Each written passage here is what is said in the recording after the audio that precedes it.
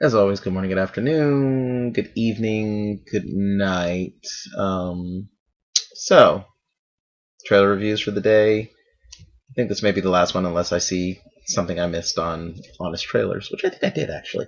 But Brad's Status, again, no idea, but stars Ben Stiller and Martin Sheen, two actors I love when they're doing great. Well, Martin Sheen, I don't think I've really seen anything that I would say I feel he's bad in or hasn't, done great service to. Ben Stiller, on the other hand, they're again. I'm pretty sure he commits to most of his roles, even though some of them have been like, anyways.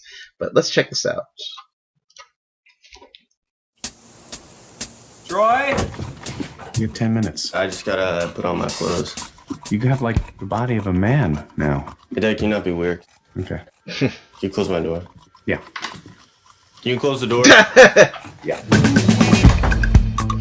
Yeah, I'm going off to find your college. It's not good special. We're fully booked tonight, How about that one? but it's not available. Oh, looks like it's available. Yeah, it's not. That night, my mind drifted back to college. So many friends have become successful.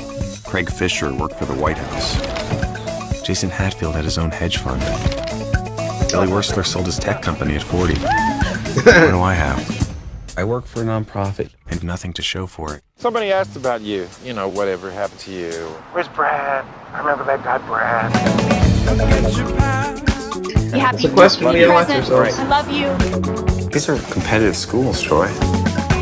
Just try not to put too much pressure on yourself. My counselor thinks that I'll get into pretty much everywhere I apply. The kid's going to Harvard. They'll jinx me, dude. My son is a very talented musician. Also composes his own music. So Wonderful. I'm pretty sure Harvard is going to be in the running. Oh, you think Harvard's got a chance?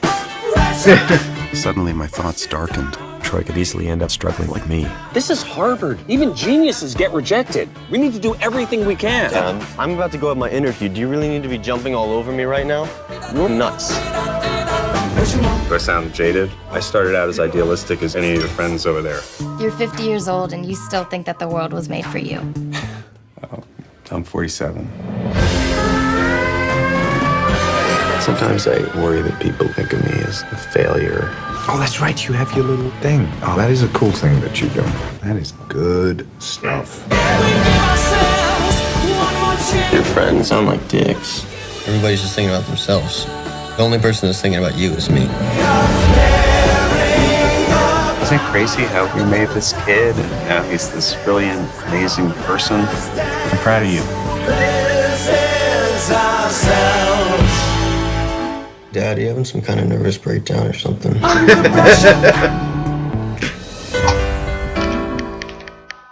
plan B. Oh, okay. All right. Yeah. Yeah, that was interesting. Looks like there's comedy in it, but it's still it's a dramedy, I guess. Where I guess Ben Stiller's character is an older gentleman, obviously, as he said, pushing 50. Which I'm still a little bit away from there, but I can relate. I'm pushing 40.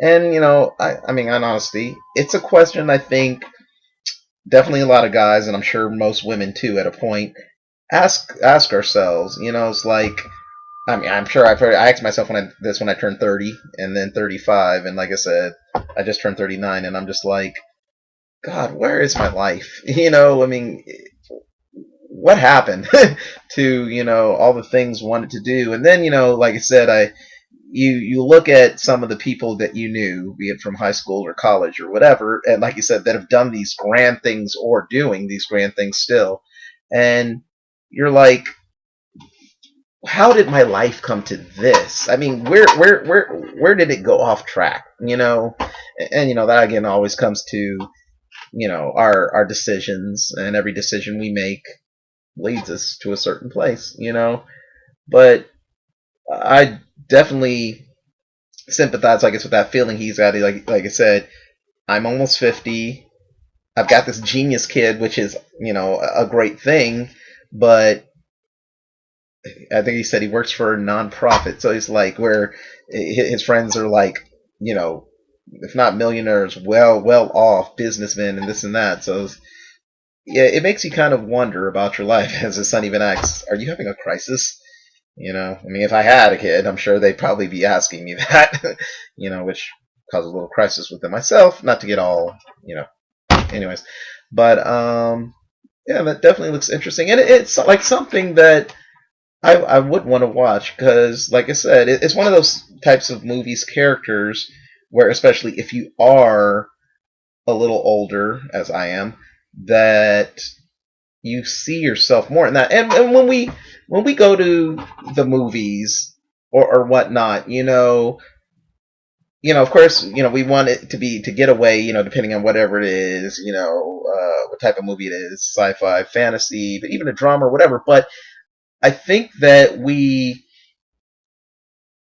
really feel a movie, for lack of a better phrase, when we can see ourselves in it. I mean, again, if it's something more realistic, obviously, if it's something fantastical, that would be kind of hard. But even within the fantastical or like a horror genre type thing, or as one of my favorite shows, Collider, one of their hosts, Perry Nemiroff and Clark Wolf, they've called it the horror genre, genre.